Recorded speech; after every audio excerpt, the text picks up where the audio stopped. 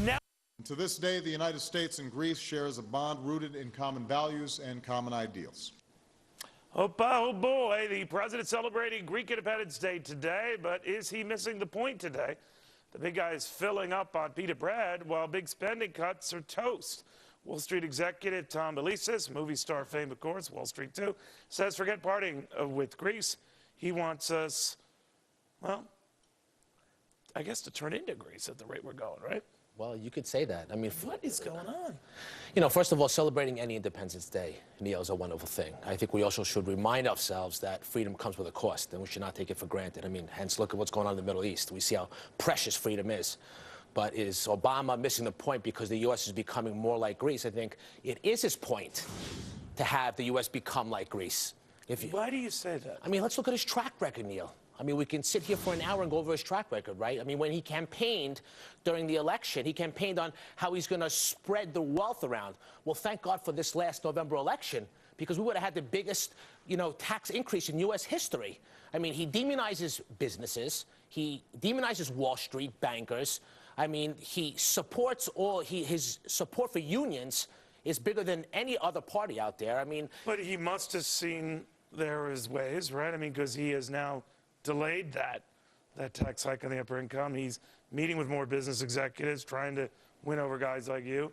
But you say, despite all that, we're still having the same problems your great motherland's having. Absolutely. I mean, I think he's not sincere in what you just said, Neil. And I'll explain to you what I mean. But are we any more receptive to the tough budgetary love that Greeks are? Because right now it doesn't look like Greeks are. No, they're not. I mean, I think So that's a universal problem beyond the president. Well, with what his plan is in turning our country into a socialist country like many others. No, I'm talking about the austerity measures that would be called for.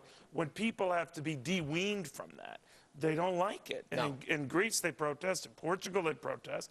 Romania, they protest. So we're going to have the same deal here. Yeah, well, Neil, you know what it is? It's accepting the fact that, you know what, at an age of 57 that you want to retire. Now, let's look at Germany, for instance, right, who's going to be bailing out these countries that have these problems. Now, you have to subsidize, right, the Germans who retire at 67 if they're going to accept that fact that let the Greeks retire at 57 and give them the money. So it's a tough situation. I mean, the EU has to come together. So this isn't you with the Greek angry at the Germans deal? No, not at all. You're over that? Yeah, absolutely. Okay, understood.